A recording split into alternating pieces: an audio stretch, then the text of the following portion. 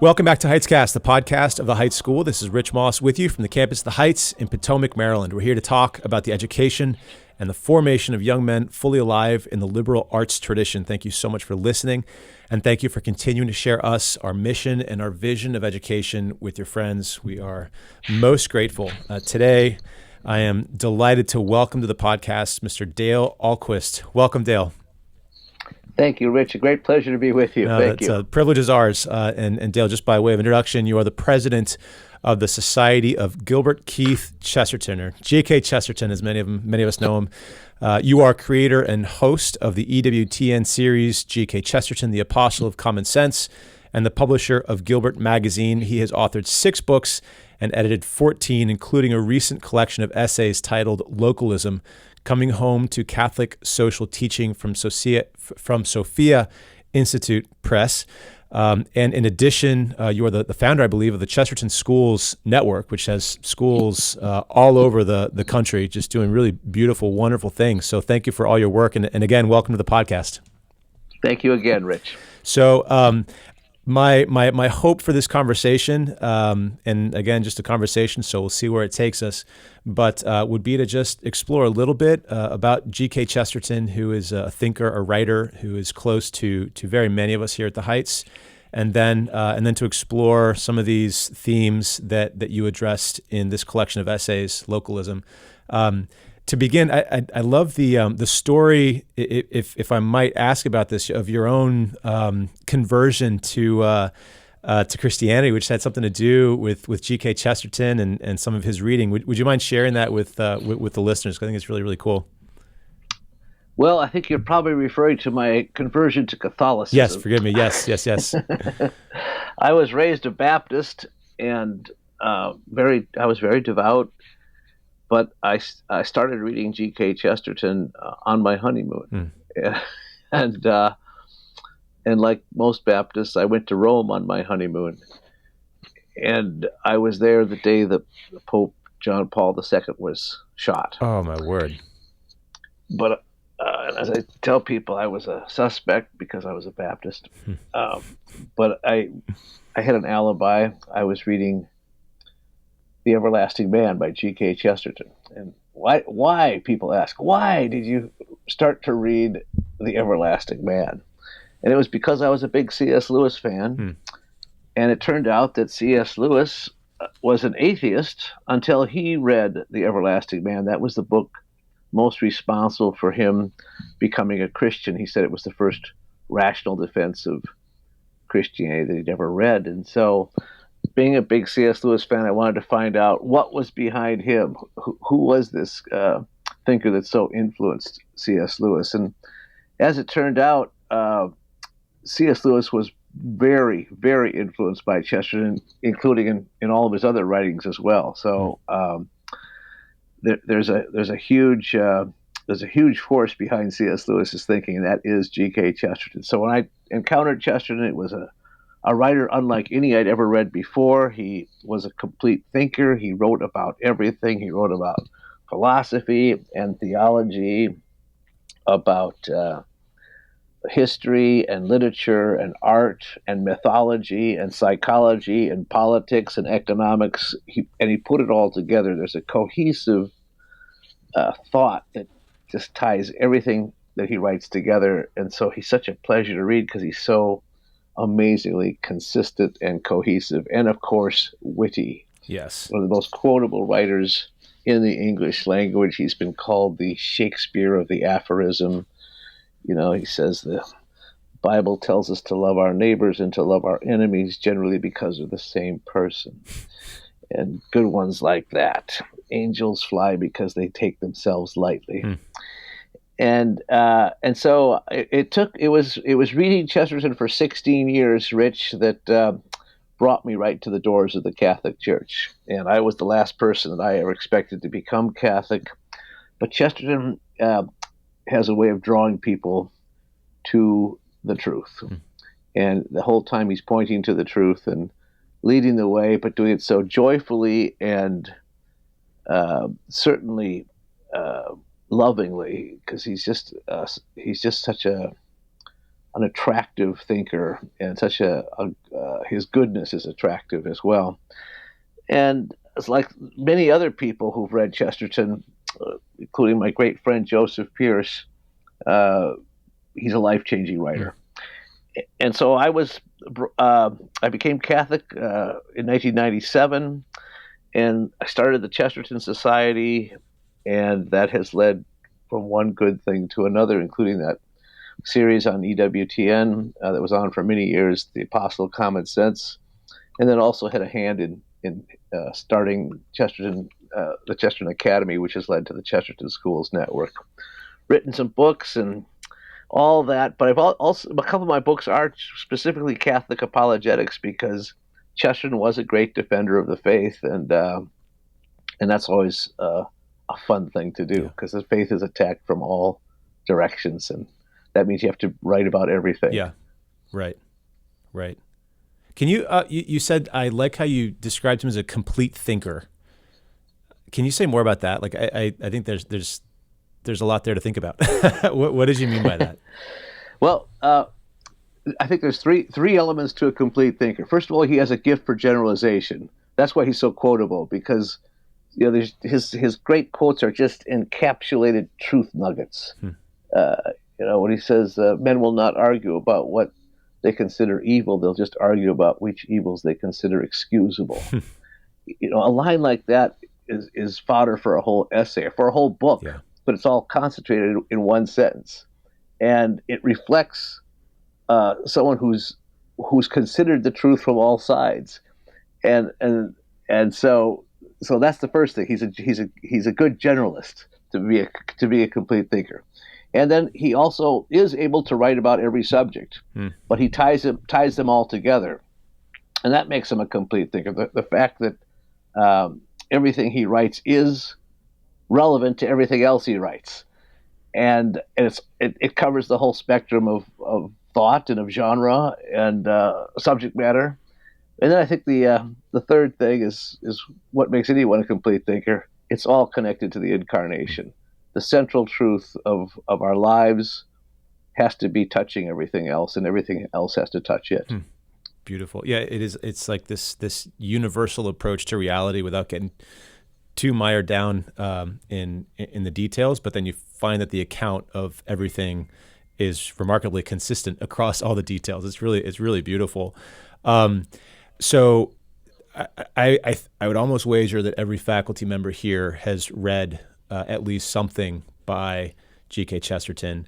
Not all of our listeners may have, and so if you were going to approach this great author for the first time, it's probably a name a lot of us have heard, but if many of us are coming to this for the first time, let's say, what book would you pick up? Some are more challenging, some are more accessible. What's a good starting point? Okay, so there's several answers to that question. I used to always be unsatisfied with every answer I gave. When people ask, what's the book I should read by Chesterton? So I have written a couple of introductory books, so that if anyone's coming in completely cold, either read The Apostle of Common Sense or Common Sense 101, which is designed for that first introduction to Chesterton, and then you're in the door. There we go. And there's certain standard texts that you have to read of Chesterton's. His book Orthodoxy, and the key to reading Orthodoxy is to read it 3 times. It's a short book. You just have to imagine it's 3 times thicker than it is, because it doesn't. It does a lot of good to read it once, except you won't know what it's about the first time you read it. You have to, because you just keep underlining all the great quotations, and you're not getting the whole argument. Yeah, I think I've underlined the entire book. It's terrible. Yeah, you have to start with a different color pen every time you read it. But that's his. That's how he became a Christian. That's his. He calls it his slovenly autobiography, and then the other pillar is the one I just mentioned, The Everlasting Man, which is this expansive defense of Christianity. It's the only explanation for history. And then his 2 books on the saints. He's got a book on St. Thomas Aquinas and a book on St. Francis of Assisi. Those are the best books you're going to read on those 2 great saints. And then there's the Father Brown stories. They're a marvelous introduction to Chesterton. and then just pick up any book of Chesterton essays, any book at all of Chesterton essays, and then you'll get a sense of his complete thinking, and also how he can just take 1,500 words and dazzle you. Do you have a favorite essay? I think so. You're nasty. Sorry. There's I think one of the most striking essays of his that I've read, among the list of many, is an essay called "The Roots of the World." The Roots of the World, and that's all I'm going to say. I love it. I love it. That will be my very next read. Because I candidly, I think I've seen many quotes from his essays. I don't know that I've read any of the essays, so that'll be a great start for me. I believe that both of the Saint biographies are on the Heights books list, and it's, in fact, who was it? Maybe it was our headmaster who, as part of his apologetics class, I think maybe in his first year, or it might have been Eddie Smith, another great teacher, or perhaps Joe McPherson, who I know you knew, and really is responsible for a lot of the love, I think, for G.K. Chesterton that's here at the Heights. Our multipurpose room is called Chesterton Hall. Anyway, one of these great teachers, I think they assigned orthodoxy as assigned reading to the senior class in a like a moral theology type class. And it was almost an exercise of frustration because the book was so close to the teacher that he just wanted the boys to love it. But it's almost one of those books that's too good and too important to assign. It's like you want to save that for an authentic encounter outside of the homework context. But orthodoxy, everlasting man, the image in Everlasting Man of the young man in the beginning who's walking away from home and he's just kind of trying to. Can you share that image with us in your own words? It's an amazing image. Well, the point he's making is that people think they know what the Catholic Church is or what Christianity is, but they don't because they're too close to it to see it. And these are the people who sort of rejected it and just don't understand it. And so they go off looking for something else. Well, he has the story of a boy who lives on one of those hills in England that has a giant chalk drawing of a giant on it. And as he leaves his home and walks far away from the hill, he looks back and he sees the giant for the first time. And he's never seen it before because he was too close to it. It's something you can only see from far away. His point about Christianity is you have to back up far enough in order to see it, and to see it for the strange and amazing and monstrous thing that it is.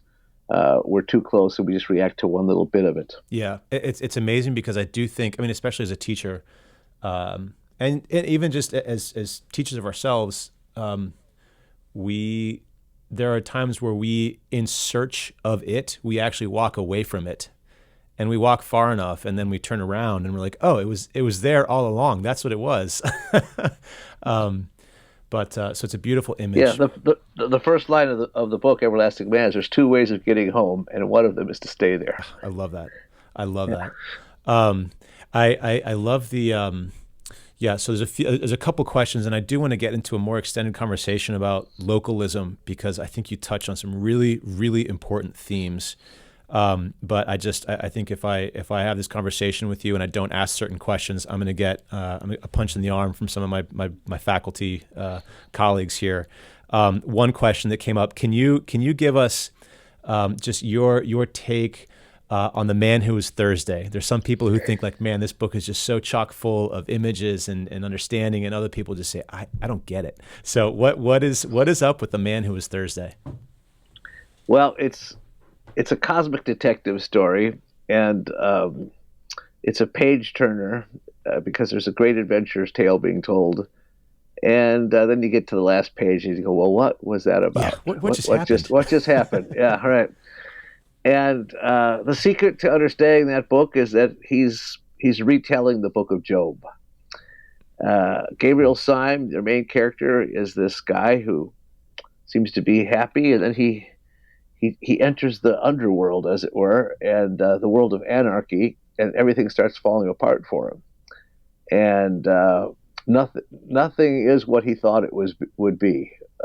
People's faces are coming off, and the one who seems to be the good one seems to be going against him on everything, and that's Job's encounter with God. It's a nightmare, and everyone forgets the subtitle of the book is A Nightmare, and he's going through just a terrible time. He can't make sense of anything, and there is this adversarial character named Lucifer,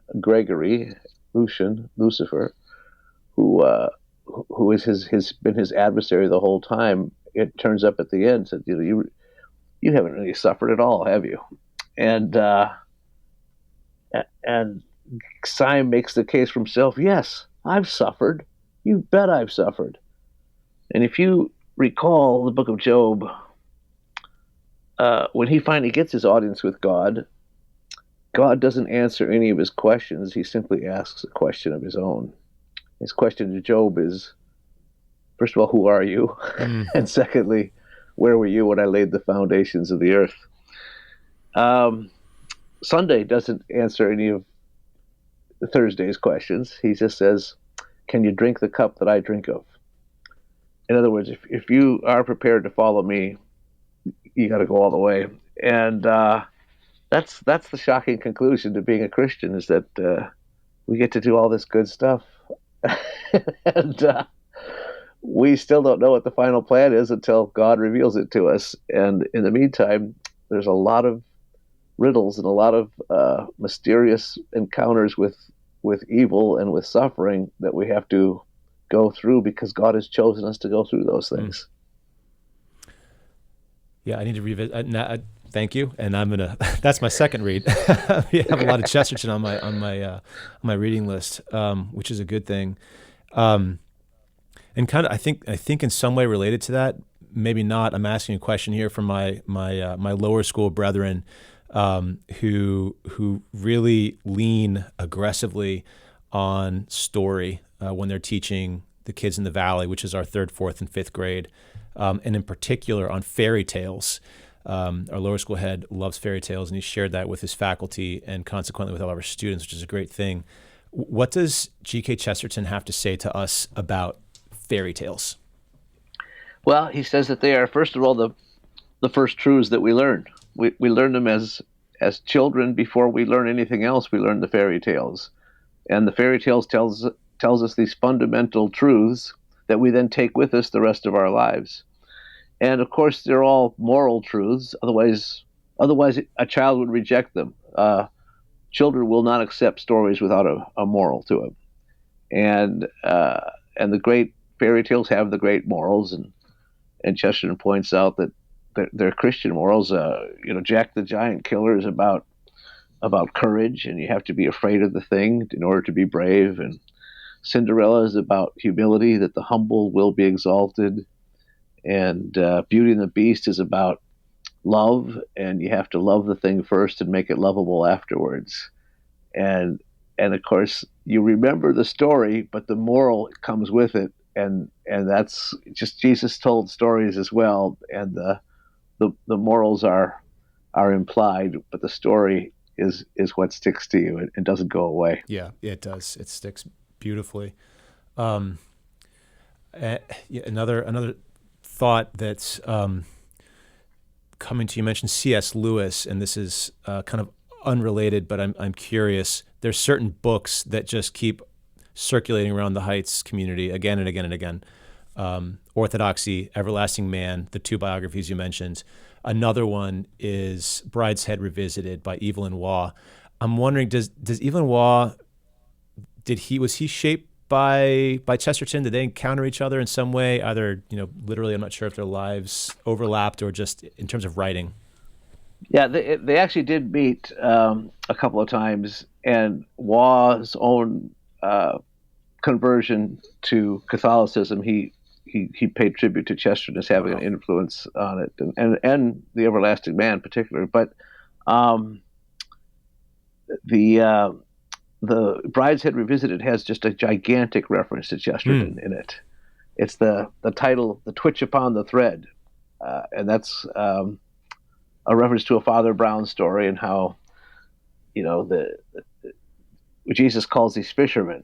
to follow him, right? And he says, "I want to make you fishers of men." And the fisherman, of course, has to wait and be patient for a long time. And when he finally catches the fish, it's the twitch upon the thread.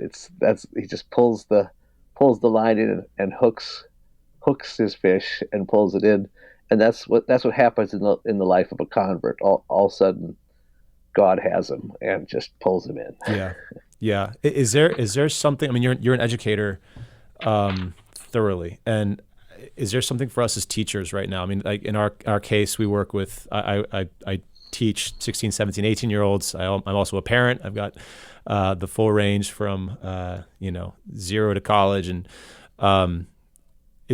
what can we take from that image of the twitch upon the thread? What should we take from that as we engage these beautifully amazing and occasionally frustrating young people? Well, every teacher's had that glory moment when they see the recognition of truth on the face of the student, when they say, "Oh, I get it now." Yeah. And that's what you live for as a teacher, Yeah, right? totally. And so, like the fisherman, you have to be patient. You have to know your craft, and you have to know the movement of the fish. But then there is that moment where you have them. Yeah, yeah. I think that's spot on, and it's just the beautiful patience. And so, I guess from here it'd be great to we can start talking more about Localism, which is a collection of essays, and all of them kind of dealing with this theme of localism, which I think has its origins in the concept of distributivism. And so can you introduce us maybe by way of G.K. Chesterton into this notion of distributivism, and then how you derived localism from that, and just maybe introduce the conversation there, if you would. So distributism, of course, has to do with Catholic social teaching. And there wasn't the term Catholic social teaching. There was just an idea that was first really expressed for the modern world by Pope Leo XIII in his encyclical 1891, Rerum Novarum, where he basically he's writing for the working classes, and he's out and out condemning industrial capitalism as creating a system that's really little better than slavery, and has created great social problems and physical living conditions that are bad for the soul. And he says the wrong solution is socialism. So he's basically condemning capitalism and socialism, which, of course, are the two default positions continuing in the modern world. Is if you're not one, you're the other. Well, the Pope was saying there's a third solution. That's for more workers to become owners. And he has this term in the encyclical called "Justice should be distributive." Everyone is entitled to justice. Well, Chesterton and his great friend Hilaire Belloc, who was every much the genius that Chesterton was. What a team. It's one of those amazing points in history where you have these two great minds that are completely working together as close friends. Belloc, was the one who introduced Chesterton to the idea, to the encyclical, and to the idea, and Chesterton embraced it immediately. And they had a group of a circle of like-minded folks that were trying to, promulgate this idea to the modern world, and they came up with a name for it. It was Belloc's idea to call it distributism, which none of them liked at the time. They all hated the term, and rightly so, because it's a confusing term, even though it refers to that line in the encyclical Distributive Justice. Well, the purpose of the point of Catholic social teaching of distributism is to promote widespread ownership, small ownership. The two principles: subsidiarity, which means you should have control over the things that affect you most directly, and solidarity, which means that we should all be together in this. It's something that happens at the grassroots level.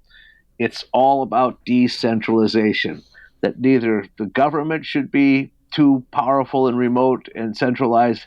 Neither should the commercial system be too centralized and remote. So it's against both big business and big government. It's for small government and small business. Well, we finally came up with a better name. We've been working for a better name for a long time. It was a term that already existed, but we have decided now to completely co-opt it, and we're calling it localism instead of distributism, because it goes back to local control. Subsidiarity is taking care of the things that are most local, and whether it's economic or governmental, and it's about directness rather than centralization. Direct control, direct things that the things that affect you should have your hands on. Well, it's a name that's it caught on really quickly. People immediately identified with it. If you say localism, people know right away what you mean. Yeah, I should buy local. I should have a hand in the city government that's making all the decisions that are affecting me right now. And the most local thing of all, of course, is the family, the home. That's the most local thing. So the home should be the center of life. It should be the center of the economy, too. It should be the center of the culture. And the problem with both capitalism and socialism is that they both undermine the family. Capitalism used to be called individualism. It's about individual rights. Socialism is about the community rights. Neither of them are thinking about the family, which is the basic unit of society. Everything should support and nurture the family. Anything that doesn't is bad for the family. If it takes the parents out of the home to work, ultimately someone else is going to raise the family, right? If it makes the school the great authority in the family rather than the parents, it's bad for the family. There's all kinds of ways we can see that happening in our modern world, and the solution is to get back to hearth and home. That's localism. It's beautiful. How does yeah, and gosh, there's a lot there's so much I'd like to ask.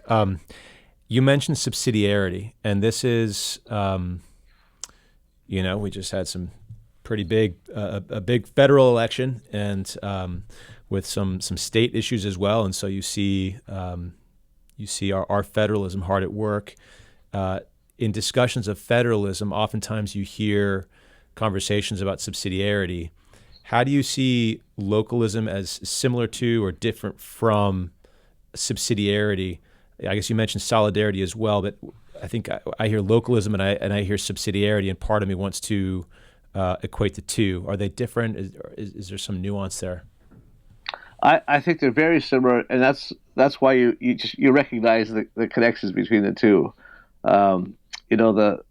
The Federalists did not want a huge, strong central government. They wanted states' rights and local rights, as opposed to the strong federal rights overtaking all those things. And it's been a discussion since the founding of the country, right? Yeah. And certain people keep recognizing that, oh no, the central government's getting too big and powerful. That's bad for us at the local level. Our rights are being undermined because they're being overtaken by larger interests than what are the things that most affect us directly. So yeah, that's why it resonates with so many people, I think. Yeah, no, it's interesting. And now, so here we are. I'm in the suburbs of Washington, D.C. We've got just a ton of boys here who are blessed with great families and great parents, many of whom are working downtown or around the DMV. So, and I should say, it is kind of, maybe it's this principle. There's subsidiarity. There's also solidarity, and so a lot of the work that's being done is achieving a lot of good at scale, but in a way that perhaps in some ways can come. There's always going to be tensions and realities. I think that's actually one of the great things about Chesterton, is that he recognizes the tensions.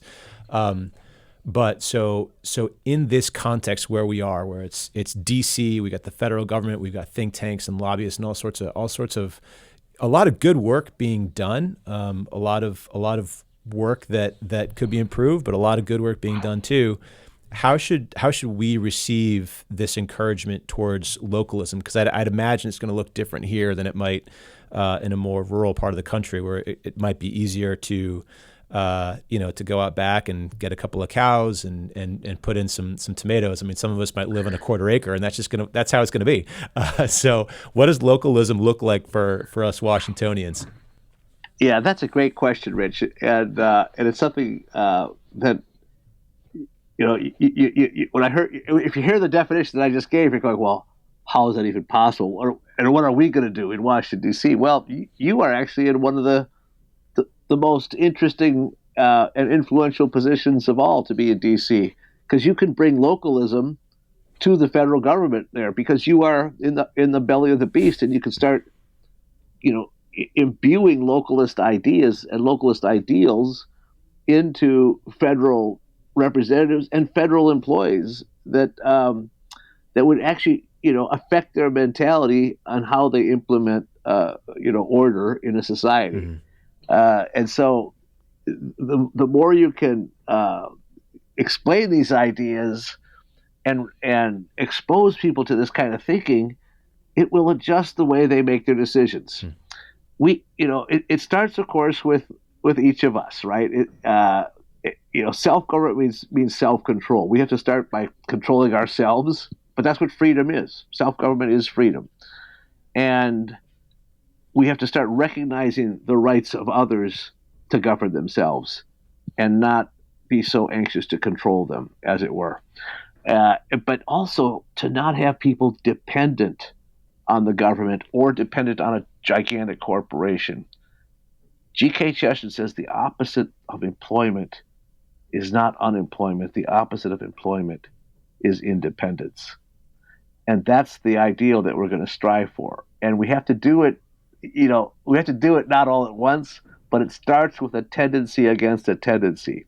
If you can start making little changes, we can start to steer the ship in the right direction.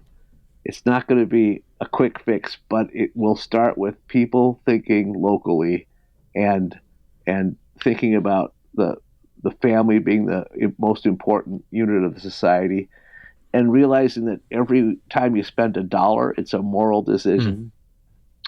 And they're just be more aware of how they're living their lives, what's going to be the best for family and then the community afterwards. It's not ever imposing a top-down solution. Yeah, that's so interesting, and it seems like you're right. I mean, it begins with us, with our own government of self and self-government. I think schools offer a really interesting opportunity to forge localism, as it were. I think a lot of people look for a community of sorts in a school. I know that's what the Heights has become for me and my family. How could you expand on that? I mean, is there, especially as kind of a founder in a way of so many schools, what is the role of a school in localism? Oh, it's gigantic. I mean, first of all, when you start a school, you are implementing a localist solution right there to a huge centralized education system that, of course, is wreaking havoc in our culture right now. And one of the great ways to do battle with a really degenerative institution, which is our education system, is to start your own school, and then you already have direct control over the thing that's most valuable to you, your own children, right? And because you're controlling their education rather than letting the state control their education. And of course, you get some like-minded people together.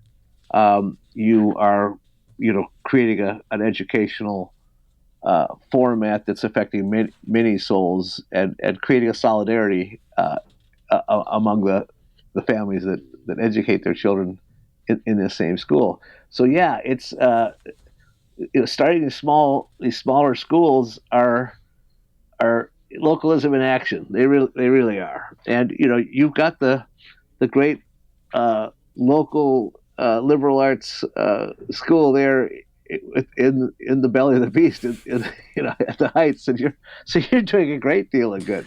Your graduates are going to go off as they have in the past. They just have made great changes in the world by being well-formed students at your school. Yeah, no, thank you for that. That's high praise.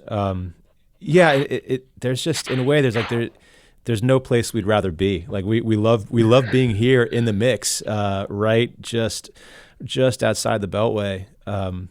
In part because there's almost like a way in which this is our place, this is our locality, and we kind of love it. I think the challenge is to find deeper connection with people in a place that can be a bit scattered geographically, and so I think that's where a school offers an amazing opportunity to do something where your paths cross with others frequently, and you're able to live some sort of a shared life.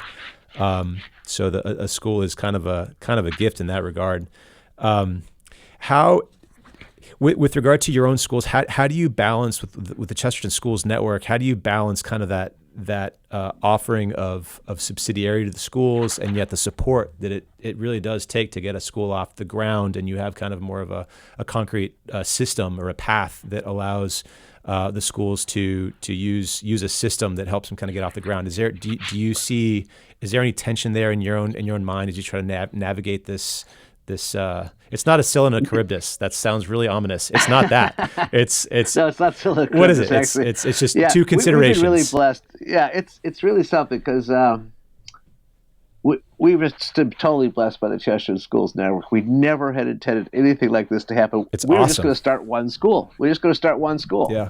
And people started coming to us saying, well, we want to do what you're doing. And well, we said, we don't even know what we're doing. Yeah, I love it. But we did come up with a model that really does work. And we have now been able to show other people how to do the same thing that we did. We've been able to put it in a box. And so they all use the same curriculum, but they also use the same templates on how to run a school and how to start a school. I haven't started any of these other schools. They have all been started locally. I love that. But they're they're using our template and our curriculum, and then we are part of this network together. So it really is subsidiarity and solidarity. They all started at the local level, but we all share the same principles, and we're teaching the same thing, and we're going about it the same way. So we continue to share ideas. We continue to support each other. And like any good body of Christ, if some part is suffering, we have to figure out how to help that part that's suffering, so that everybody is made whole, rather than one person, wavering and hurting the whole body. Because, we're by protecting the brand, everybody is representing the same thing. Yes. And we've been really, really blessed in that. And these schools have just grown incredibly fast. We've started 60 schools in 10 years. And it's amazing. And there'll probably be another 15 in the next 2 years starting. That's amazing. Yeah, no, we've had the great privilege of meeting. It's a lot of folks that are benefiting from your work, and they've all been just beautiful encounters. I think, getting back to kind of our own role, what we can do, I have to think of us as Washingtonians, or Virginians or Marylanders, whatever the case might be. We all have, strong loyalties, which is good, I guess, in a localist sense. It's good to be loyal to your commonwealth or state or city. But it strikes me that, things you recommend in this collection of essays, I mean, some things like, knowing where, trying to shop locally, even within the DMV, or knowing the names of the people that you're dealing with, the dry cleaners or wherever else. Just all of that is such a beautiful way to ground yourself, even though you are in a very populous area. You've got a great essay by actually a Heights alumnus, Christopher Check at Catholic Answers. And I love, he writes about raising puppies in a spaniel breeding kennel. Can you share more about that and what maybe that has for us as parents and heads of household? Yeah, it is an amusing story. That's awesome. And Chris does a good job of just saying, here's an example of something you can do locally that not only is a craft that you could practice as a family. So there's solidarity within the family when you're all doing the same thing, but also it's something that serves other people, right? You're bringing a service to other people, and it's a complete home operation. He does it by what are they called? Prince Charles spaniels, that's right. or yeah. So they're very cute dogs, and people melt for them, and so so he's made it's his little private industry that he and his wife have done. Mostly his wife. He serves his wife in this particular Yeah, that's right. this particular Cleaning industry. kennels, I think he says. Exactly. While he's off running Catholic Answers on the side. Yeah, it's amazing. That's amazing. Yeah. It's beautiful also just as an example, because I think one of the things you mentioned is that, yeah, it seems like perhaps in some sort of a more ideal world, we would be in a community where you know the people you're transacting with. It's not just kind of a website and a portal, but they're individuals. On the other end of that transaction, as somebody who's generating a service, there is a loss to not having your family engaged as a family unit in a family enterprise, where the children know, okay, listen, this is what food is being purchased through, barter or trade, because we as a family have created this thing of value that is both generative of value, but also an opportunity to sanctify our work as a family. And so I love that example. It's like, okay, listen, we're not going to necessarily live off of this kennel, but it's something the family can do as a team, where everybody's kind of contributing and doing their part. It had me thinking, like, okay, what are small business ideas that I can set up for my own crew? So it's beautiful. And of course the Sunday afternoon at home playing the fiddle and all the other things that Chris mentions. So really, really beautiful stuff. Was there anything kind of it must have been a neat experience for you to invite people to participate in this collection of essays? Yeah, I think three of the most interesting contributors, two of them are not American. Marco Samarini talks about how he instituted Chesterton's ideas in a medium-sized city in Italy on the Adriatic coast in San Benedetto del Tronto. Marco is my own counterpart in there. He's the president of the Italian Chesterton Society. He also started a Chesterton Academy in his town in Italy, but he talks about how he brought a community of people together, and each one has different professional crafts that they bring to the group, but they really do work together in forming and educating their children and working together, but living freely and independently. So it's a perfect model of how it can work. In fact, he is cited. Marco himself is really one of the heroes of Rod Dreher's book, The Benedict Option. So if anybody's read that book, one of the guys that Rod Dreher praises is really, demonstrating of what might have to happen, to save our civilization. Well, it's Marco Samarini is one of them. Well, he's written a chapter in the book too. And then the other one that's even more amazing is John Kanu, Kanu, who went to Oxford and learned from Sierra Leone, West Africa, and learned about Chesterton's ideas. And while all his colleagues went off and got jobs in the West and became very successful, he took the ideas back to his community in Sierra Leone and implemented them. And he has taught people how to work and sustain themselves. It's absolutely an incredible story, and so that's a good one. Then I think the third really fascinating contributor to the book, besides all the others, is Senator Marco Rubio, who wrote an essay on the history of small business in America has always been to counteract big government and big business, and so he's very much thinking like a Catholic as he does, and so that's a great chapter as well. Yeah, no, I enjoyed his writing very much. Yeah, I think there's just it's a beautiful invitation to to deeper thought about how we live. Again, it's the good Lord has placed us right here in the DMV, and we're grateful for every moment. We wish sometimes the commutes were a little faster, but there's people getting where they're getting, and there's big work to be done. So even that I don't particularly mind, as long as you got a good book on tape. So with gratitude for being here, it's also a wonderful collection of essays that help me particularly think about, okay, how do we bring some of these principles of localism, of both subsidiarity and solidarity, into this world, and I think into this place, this city, because raising a family, it is that the family is so important, as you point out, but it's also there's some ways in which to really have a healthy, strong family, you need other families around you to kind of bolster you. So how do you do that? How do you create a life? How do you form a life where you have that mutually supportive group that kind of help you with your own fiefdom, but also you can kind of support others as you do that. So it's a beautiful collection. Really, we're very, very grateful that you put it together.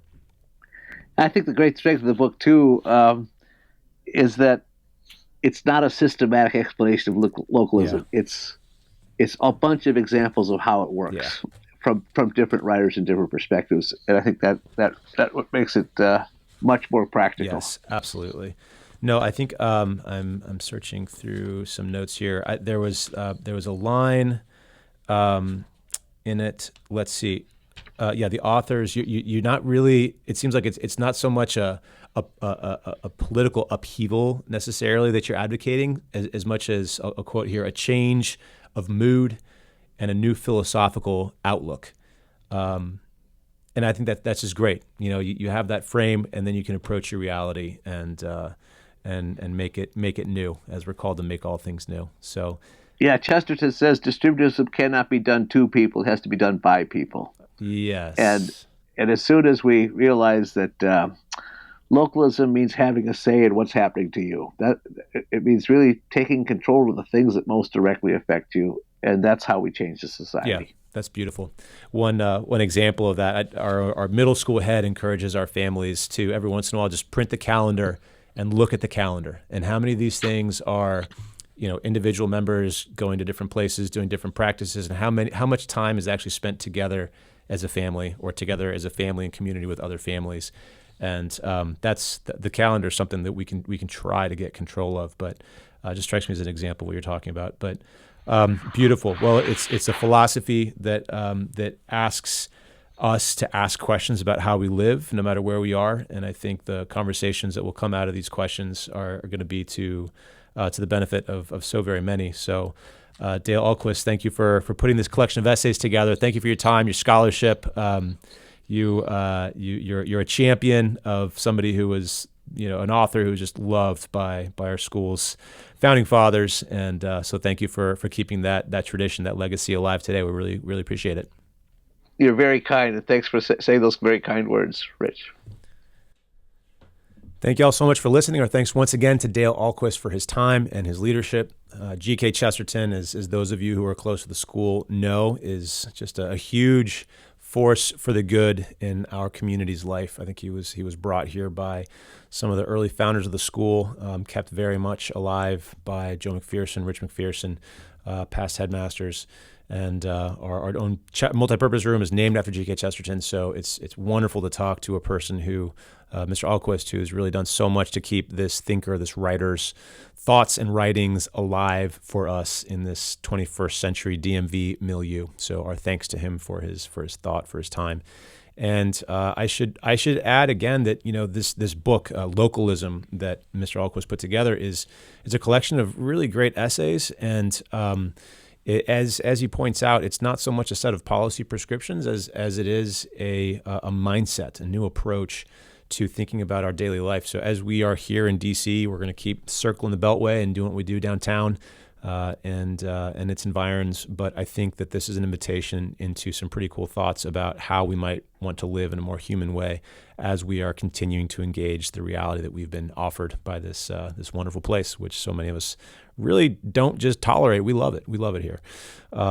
So on with the questioning, on with the conversations, and that's the great task of a school in this day and age. It's a locus for all those things to happen. So how good that we are all here. If you would like to be present physically and in one of these conversations, one of these areas of conversation, do join us on December the 7th. This is a Heights lecture for Heights parents and your friends from beyond the walls. This will feature President Peter Kilpatrick, the president of the Catholic University of America. He'll be sharing his thoughts on what a Catholic university should be. So it should be a really great night. And again, a free date with good friends and some interesting things to think about. Do RSVP. Visit heights.edu to RSVP. We'd love to know if you're coming so we can get the right refreshments on ice. In addition, visit heightsforum.org to see all the good stuff happening there. We have our Heights Forum faculty podcast. Last month, we featured a conversation about homework. I thought it was really, really interesting, caused me to rethink some of my own approach. In addition, check out the headmaster's new Substack page. He's been writing a lot there, so check that out. Just wonderful to see him engaging a broader intellectual community on these questions of what it means to educate boys. So the Substack is called Men in the Making. Do read that. Finally, to make all of this happen, to continue the good work that's being done here, please do support the Heights financially. To do that, visit heightsforum.org, click on Give. Everything you do keeps our doors open here in Potomac, Maryland, and allows us to share the wealth of this community with the world beyond our walls. Thanks for being a part of it all. Wherever this podcast finds you, thanks for listening. We'll talk to you next week. Live, tide of Christ.